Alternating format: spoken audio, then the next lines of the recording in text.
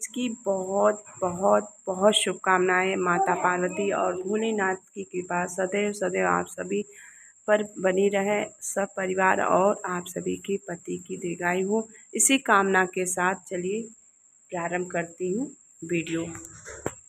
महादेव की अनुसार इस साल श्रावण मास के शुक्ल पक्ष की तृतीया तिथि प्रारंभ हो रही है दोस्तों 26 जुलाई 2025 को और रात्रि में 10:41 पर प्रारंभ होकर अगले दिन 27 जुलाई को रात्रि में 10:41 पर समाप्त होगी। ऐसे में उदया तिथि के अनुसार हरियाली तीज का पावन पर्व 27 जुलाई को मनाई जाएगी। इस दिन आप सभी को अभिजीत मुहूर्त बता देती हूँ दोस्तों, 12 बजे से लेकर 12:55 तक रहेगा।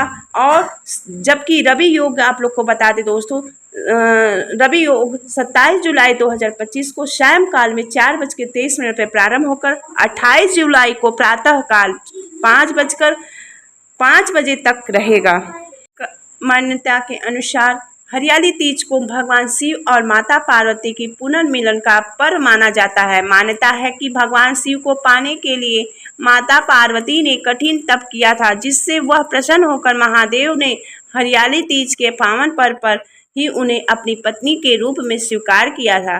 कुछ ऐसे ही कामना लिए विवाहित स्त्रियां सुखी दाम्पत्य जीवन और कुंवारी कन्या मन चाहा जीवन साथी पाने के लिए हरियाली तीज का व्रत रखती हैं। तीज पर भगवान शिव और माता पार्वती जी से मन चाहा आशीर्वाद पाने के लिए सूर्योदय से पहले उठे और स्नान ध्यान करके तन मन से पवित्र हो जाना चाहिए। इसके बाद इस व्रत को विधि विधान से करने का संकल्प करें। हरियाली तीज की पूजा करते समय आपको बार बार उठना न पड़े, इसके लिए पूजा की सामग्री सभी इकट्ठा करके और पूरे दिन व्रत रखने के बाद शाम के समय 16 श्रृंगार करके सबसे घर के ईशान कोण में एक चौकी पर पीले रंग का कपड़ा बिछाएं और उस पर शिव और पार्वती जी का चित्र अथवा मूर्ति रखें।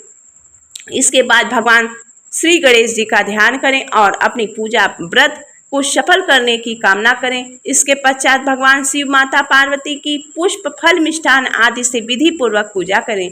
फिर तीज व्रत की कथा कहें या सुने। पूजा के अंत में आरती अवश्य करें। हरियाली तीज व्रत पर सुख सौभाग्य को पाने के लिए भगवान शिव और माता पार्वती के साथ घर के बड़े बुजुर्ग का आशीर्वाद लेना न भूलें। अब चलिए दोस्तों, आप लोग को एक छोटा सा उपाय बता देते हैं। हरियाली तीज पर भगवान शिव और माता पार्वती की कृपा पाने के लिए उनकी पूजा और व्रत करने के साथ ही आप इस दिन दान के जरिए पूर्ण फल प्राप्त कर सकती हैं। हिंदू मान्यता के अनुसार हरियाली तीज के 16 श्रृंगार से जुड़ी चीज़ों का दान करने पर शुभ फलों का प्राप्ति होती है और करने वाली स्त्री का जीवन सुख सौभाग्य हमेशा बना रहता है। यदि आप पूरी सामग्री दान न कर पाएँ तो अपने सामर्थ्य के अनुसार सुहागिन महिला को चूड़ी, बिंदी, मेहंदी आदि दान कर सकती हैं। इसके अलावा इस दिन अन्न और धन का दान का भी बहुत महत्व है। हे गौरी पर्वतराज, हिमालय पर स्थित गंगा के तट पर तुमने अपनी बाल्यावस्था में 12 वर्ष तक अधोभूमिक होकर घोर तप किया था। इतनी अवधि तुमने अन्न न खाकर पेड़ों के सूखे पत्ते चबाकर व्यतीत किए। माघ की विकराल शीतलता में तुमने निरंतर जल में प्रवेश करके तप किया। वैशाख की जला देने वाली गर्मी में तुमने पंचाग्नि से शरीर को तपाया। श्रावण के मूसलधार वर्षा में खुले आसमान के नीचे बिना अन्न और जल ग्रहण किए समय व्यतीत किया। तुम्हारे पिता तुम्हारी कष्ट साध्य तपस्या को देखकर बड़े दुखी होते थे। उन्हें बड़ा क्लेश होता था कि तब एक तुम्हारी तपस्या तथा पिता के क्लेश को देखकर नारद जी तुम्हारे घर पधारे। तुम्हारे पिताजी ने हृदय से अतिथि सत्कार करके उनके आने का कारण पूछा। ने कहा, गिरिराज, मैं भगवान विष्णु के भेजने पर यहाँ उपस्थित हुआ हूँ। आपकी कन्या ने बड़ा कठोर तप किया है। इससे प्रसन्न होकर वे आपकी सुपुत्री से विवाह करना चाहते हैं। इस संदर्भ में आपकी राय जानना चाहता हूँ। जी की बात सुनकर गिरिराज गदगद हो उठे। उनके तो जैसे सारे कलेश ही दूर हो गए। प्रसन्नचित होकर वे बोले, श्रीमान, यदि स्वयं विष्णु मेरी कन्या का वरण करना चाहते हैं तो भला मुझे क्या आपत्ति हो सकती है। वे तो साक्षात ब्रह्मा हैं।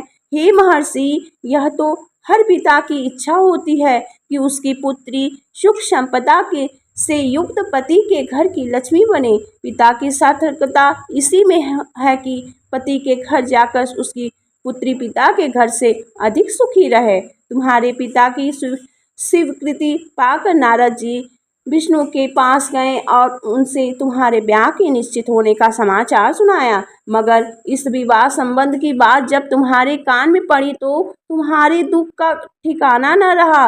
तुम्हारी एक सखी ने तुम्हारी इस मानसिकता दशा को समझ लिया और उसने तुमसे उस विक्षिप्तता का कारण जानना चाहा। तब तुमने बताया कि मैंने सच्चे हृदय से भगवान शिव शंकर का वर्ण किया है, किंतु मेरे पिता ने मेरा विवाह विष्णु जी से निश्चित कर दिया है।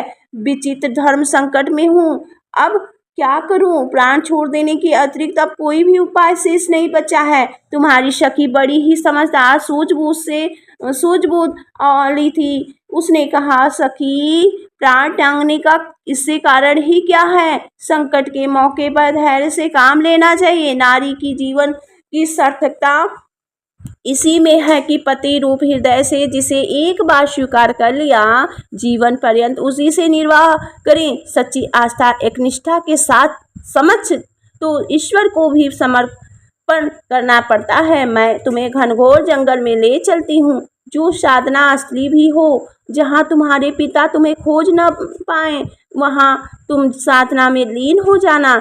मुझे विश्वास है कि ईश्वर अवश्य ही तुम्हारा सहायता करेंगे। तुमने ऐसा किया तो तुम्हारे पिता तुम्हारे घर न आकर पाकर बड़े दुखी तथा चिंतित हुए। वे सोचने लगे कि तुम जाने कहाँ चली गई। मैं विष्णु जी से उसका विवाह कराने का प्रण किया हूँ।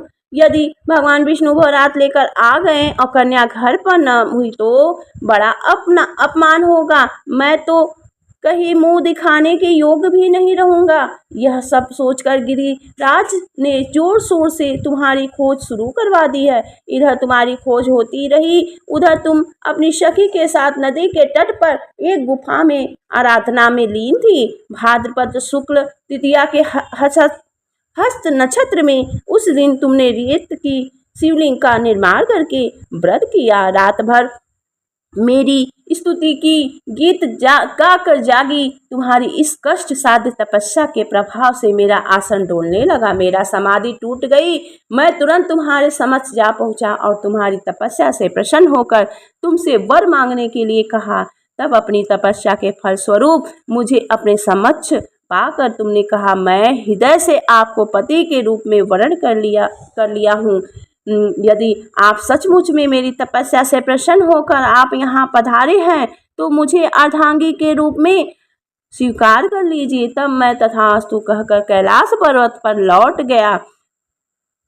प्रातः होते ही तुमने पूजा की समस्त सामग्री को नदी में प्रवाहित करके अपनी सहेली सहित व्रत का पालन किया। उसी समय अपने मित्र बंधु दबारियों सहित गिरिराज तुम्हें खोजते खोजते वहां पहुंचे और तुम्हारी इस कष्ट साध्य तपस्या का कारण तथा उद्देश्य पूछा। उस समय तुम्हारी दशा देख कर गिरिराज अत्यधिक दुखी हुए और पीड़ा के कारण उनकी आंखों में आंसू उमड़ आए थे। तुमने उनकी आंसू पोंछते हुए विनम्र स्वर में कहा, पिताजी, मैंने अपने जीवन का अधिकांश समय कठोर तपस्या में बिताया है। मेरी इस तपस्या का उद्देश्य केवल यही था कि मैं महादेव को पति के रूप में पाना चाहती हूँ। आज मैं अपनी तपस्या की कसौटी पर खड़ी उतर चुकी हूँ। आप क्योंकि विष्णु जी से मेरा विवाह करने का निर्णय ले चुके हैं, इसलिए मैं आप अपने आराध्य की खोज पर घर छोड़कर चली आई। अब मैं आपके साथ इसी शर्त पर घर जाऊंगी कि आप मेरा विवाह विष्णु जी से न करके महादेव जी से करेंगे। गिरिराज मान गए और तुम्हें घर ले गए। कुछ समय के पश्चात शास्त्रों विधि विधान उन्होंने हम दोनों का विवाह सूत्र में बांध दिया। हे पार्वती, भद्रपाद पद की शुक्ल तृतीया को तुमने मेरी आराधना करके जो व्रत किया था उसी के फलस्वरूप मेरा तुमसे विवाह हो सका।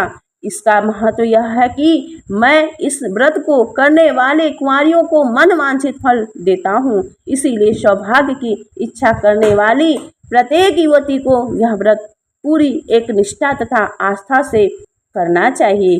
बोलिए परमपिता परमेश्वर की जय। सभी की मनोकामनाएं पूरी करें, सभी के सुहाग अजर अमर करें। इसी कामना के साथ मिलती हूँ एक नए वीडियो में। तब तक के लिए प्रणाम। हर हर महादेव।